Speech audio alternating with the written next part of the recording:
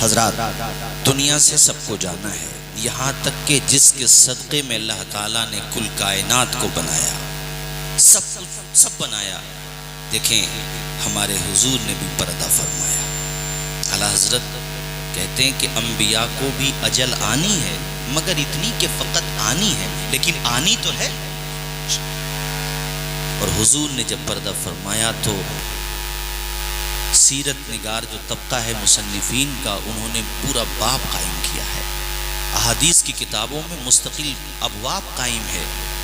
حضور نبی کریم کے وصال سے بڑا غم آل پاک کے لیے، اصحاب کے لیے، اہل ایمان کے لیے اس سے بڑا غم نہیں ہو سکتا تھا۔ عام دنوں میں، عام حضرات میں اگر باپ کا انتقال ہو تو غم بیٹوں کو بہت ہوتا ہے، بلا شبہ بھائیوں کو بھی بہت ہوتا ہے، لیکن سب سے زیادہ غم اگر میں تفاوت کے اعتبار سے اس چیز کو ملحوظ رکھوں تو سب سے زیادہ غم اہل خانہ میں بیٹیوں ہی کو ہوتا ہے۔ ایک نیچرل بات ہے، فطری بات ہے۔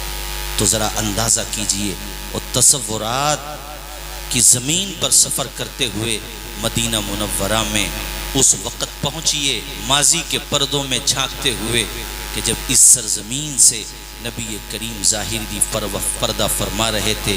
کائنات کی سب سے عظیم ہستی کی اس وقت صرف ایک ہی بیٹی بقید حیات تھی، 3 بیٹیوں کا انتقال ہو چکا تھا۔ ایک کا نام، بڑی بیٹی کا نام سیدہ زینب ہے، ان سے چھوٹی بیٹی کا نام رقیہ ہے، اور ان سے چھوٹی بیٹی کا نام ام کلثوم ہے۔ تینوں کا وصال ہو چکا، اور نبی کریم کے وصال کے وقت خاتون جنت سیدۃ النساء اہل الجنہ اس وقت آپ تشریف فرما تھیں، بقید حیات تھیں۔ تصور کریں آج ہمارے سامنے کسی کے باپ کا انتقال ہو، بیٹی پر کیسے غم کے پہاڑ ٹوٹتے ہیں، اس کے دل میں اپنے باپ کے لیے محبتوں کا جو دریا بہ رہا ہوتا ہے، اور باپ کے دل میں اپنی بیٹیوں کے لیے جو شفقت ہوتی ہے۔ خدا کی قسم اس بات کا کوئی بھی انکار نہیں کر سکتا، وہ ورق کا کوئی بھی حصہ ہو، سماج کا وہ کوئی بھی حصہ ہو، ماں باپ کی خواہش یہ ہوتی ہے میری بیٹی کو اپنے شوہر کے گھر سکون مل جائے، میری بیٹی کو چین مل جائے، اس کے لیے ماں باپ بڑی دعائیں کرتے ہیں۔ اب ذرا تصور کریں ماں باپ جب دنیا سے جاتے ہیں، ماں باپ جب دنیا سے گزرنے والے ہوتے ہیں، اس موقع پر بیٹیوں کے دل پہ غم کا کیسا پہاڑ ٹوٹتا ہے، ہم اور آپ اس کا تصور بھی نہیں کر سکتے۔ عزیزان گرامی، میں تو اس ہستی کی داستان سنا رہا ہوں جن ہستیوں کا کائنات کے پردے پر کوئی جواب نہیں ہے۔ رسولوں میں کوئی جواب میرے مصطفیٰ کا نہیں، نبیوں میں کوئی جواب میرے مصطفیٰ کا نہیں، پورے عالمین میں کوئی جواب میرے مصطفیٰ کا نہیں۔ خدا کے پاس سب سے اونچا اگر کسی کا مقام ہے تو محمد الرسول اللہ کا مقام ہے۔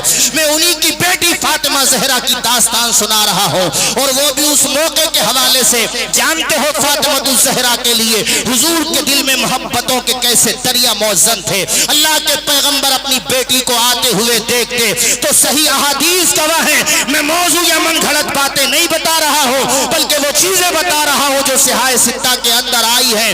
اور یاد رکھیں اہل حق کو فضائل اہل بیت بتانے کے لیے یا مدح صحابہ کا باب کھولنے کے لیے، ازواج مطہرات کے حوالے سے گفتگو کرنے کے لیے کبھی بھی موضوع من گھڑت چیزوں کی ضرورت نہیں پڑتی ہے۔ ہمارے پاس مستند ذخیرہ اتنا موجود ہے کہ راتوں کے دامن تنگی دامن کا شکوہ کرنے لگیں گے، مگر اہل حق کے پاس کبھی مواد کی کمی نہیں ہو سکتی ہے، چونکہ حق والوں کے پاس الحمدللہ حق کثرت کے ساتھ موجود ہوتا ہے۔ عزیزان گرامی، یہ فاطمہ الزہرا جب تشریف لاتی تو صحیح احادیث کا مفہوم ہے اللہ کے پیغمبر شفقت اور محبت میں کھڑے ہو جاتے، اور بیٹی جب قریب آتی تو حضور ماتھے کو چوم لیتے۔ اللہ اکبر، قیامت تک کے لوگوں کو پیغام دے رہے ہیں، اے میرے امتیوں، دیکھو بیٹی سے محبت ایسے کیا کرو جیسے تمہارا نبی اپنی بیٹی فاطمہ سے۔ نعرہ تکبیر، نعرہ رسالت۔ اور بات صرف ایک بیٹی کی نہیں لیے میرے حضور چاروں بیٹیوں سے بڑی محبت فرماتے. یہ سیدہ زینب ہیں جن کا نکاح حضرت ابو العاص سے ہوا. دوسری بیٹی رقیہ ہیں جن کا نکاح حضرت عثمان غنی سے ہوا. انتقال ہوا تو حضور پاک نے تیسری بیٹی ام کلثوم کا نکاح بھی عثمان غنی سے فرما دیا. مولا علی شیر خدا سے مروی ہے, بہقی شریف میں روایت ہے, اللہ کے پیغمبر کے حوالے سے مولا علی شیر خدا فرماتے ہیں کہ حضور نے فرمایا, علی میرے پاس اگر 40 بیٹیاں بھی ہوتی تو یک بعد دیگرے عثمان غنی کے نکاح میں دے دیتا, مگر اللہ تیری شان ہے, چاروں بیٹیاں حضور کی عظمت والی ہیں, چونکہ حضور عظمت والے ہیں, بیٹیاں حضور کی ہیں, مگر اللہ کی شان دیکھو, نسب چلا تو فاطمہ زہرا سے چل رہا ہے, اللہ کے پیغمبر کا سلسلے نسب چل رہا ہے, فاطمۃ الزہرا سے چل رہا ہے. مقام و مرتبہ دیکھو, اور یہ وہی پیغمبر ہیں جنہوں نے اس زمانے سے کچھ پہلے کا زمانہ ہی تو تھا جو بچیوں کو زمین میں گاڑ دیا جاتا تھا. بچیاں والدین کا چہرہ دیکھ کے کہتی تھی اپنے باپ کا, اے باپ میں تجھ سے کبھی کسی چیز کا مطالبہ نہیں کروں گی, اے میرے باپ تو مجھے زمین میں کیوں گاڑ رہا ہے. مگر سنگدل معاشرہ تھا, داماد بنانا پسند نہیں کرتا تھا یہ معاشرہ. اللہ کے پیغمبر کے دور سے پہلے کی میں داستان سنا رہا ہوں. بیٹی روتی رہتی تھی, باپ کو ترس نہیں آتا تھا, زمین میں گاڑ دیا جاتا تھا. اس دور کے بعد حضور تشریف ایسی جہالتوں کے دور میں لا رہے ہیں. حضور نے فرمایا, نادانو بیٹیوں کو زمین میں گاڑتے ہو. ہمارے حضور نے تعلیم دی کہ بازار سے کوئی سامان خرید کے لاؤ, بیٹوں سے پہلے بیٹیوں کے ہاتھ میں رکھ دو, اس لیے کہ شادی کے بعد وہ اپنے اپنے گھروں پہ چلی جائیں گی. اللہ اکبر, کیسا ادب دے رہے ہیں حضور, کیسی تعلیم دے رہے ہیں اللہ کے پیغمبر. یہ کون عظیم ہستی ہے. ارے بھارت میں تم قانون لا رہے ہو کہ بیٹی بچاؤ آندولن چلا رہے ہو, ان لوگوں کو بتاؤ اس روئے زمین پر بیٹی بچاؤ آندولن چلانے والی سب سے عظیم اور سب سے پہلی ہستی کا اگر نام ہے تو محمد الرسول. نعرہ تکبیر, نعرہ رسالت, نعرہ حیدری, سیرت فاطمۃ الزہرا, مخدومہ کائنات کانفرنس. مجھے بڑی خوشی ہوئی, مجھے قاری زیغم نے پوسٹر بھیجا, مولانا رفاعی صاحب قبلہ نے, ہمارے قاری تحسین صاحب نے.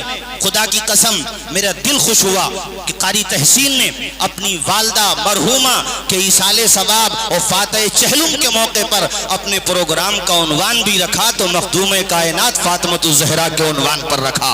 اور ہمیں اللہ کی ذات سے امید ہے کہ اس پاک نام کی برکت سے اللہ تعالیٰ ان کی والدہ مرحومہ کی قبر پر رحمت و انوار کی بارشیں عطا فرما دے.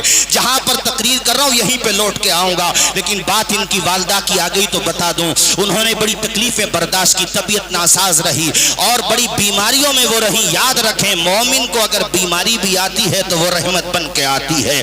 جب تک بیماری رہتی ہے گناہ جھڑتے رہتے ہیں, اور گناہ اگر مکمل جھڑ جاتے ہیں تو درجات بلند ہوتے رہتے ہیں. اہل حق کو پریشانی آئے تو مذاق نہ اڑاؤ. میں نے دیکھا ہے کہ بعض دفعہ ہمارے مسلم معاشرے میں یہ بھی تباہی گھر کر گئی ہے کہ کسی کو کوئی بیماری لگ جائے, کسی پریشانی میں گرفتار ہو جائے تو دوسرے لوگ بدگمانی کرنے لگتے ہیں. خبردار, یہ سخت حرام ہے. کسی مومن یا مومنہ کے بارے میں بدگمانی کرنا حرام ہے. شریعت کہتی ہے کہ مومن بیمار بھی ہو جائے تو اس کے لیے بیماری رحمت بن جائے. آپ بدگمانی نہیں کر سکتے کسی کے بارے میں. اگر وہ بیمار, طبیعت کسی کی خراب ہو تو اس کے لیے مرتبہ جانتے ہو. مولا علی شیر خدا سے حدیث مروی ہے, آپ فرماتے میں نے حضور کو فرماتے ہوئے سنا, اگر کوئی کسی بیمار کی عادت کرنے صبح کے وقت جائے تو شام تک 70,000 فرشتے رحمت کی مغفرت کی دعائیں کرتے رہتے ہیں. اس کے لیے شام کو جائے تو صبح تک اتنا اونچا مرتبہ بیمار کا ہو جاتا. کیوں؟ اس لیے کہ جب تک وہ بیمار رہتا ہے اللہ کی بارگاہ میں توبہ کرتا رہتا ہے, اللہ کی بارگاہ میں استغفار کرتا رہتا ہے, اپنے گناہوں پر نادم و پشیماں رہتا ہے. اے لوگو, یقین سے اگر پوچھنا چاہتے ہو تو بیمار رہ کر جو مرتا ہے نا اس کے لیے بیماری یقیناً باعث رحمت اس لیے ہے کہ وہ یقیناً کتنی توبہ کرتا ہوگا, اور وہ اتنا کریم مولا ہے کہ تو کتنا ہی گناہگار سہی اس کی راہ میں قطرہ بہا دے, وہ تیرے گناہوں کے سمندر کو بہا دے گا, تیرے گناہوں کو ختم فرما دے گا. وہ کتنا کریم مولا کہ اندھیرا دور کرنے کو اجالا کون دیتا ہے, امیدیں ٹوٹ جائیں تو سہارا کون دیتا ہے, شکم کی آگ جب بڑھ کر کلیجہ چھلنی کرتی ہے بجھا کر تشنگی منہ میں نوالا کون دیتا ہے, وہ جب پتھر میں بھی کیڑوں کو غذا دیتا ہے، وہ خدا ہے جو ہم سب کا کام بنا دیتا ہے۔ اس لیے اس کی بارگاہ میں آنسو بہا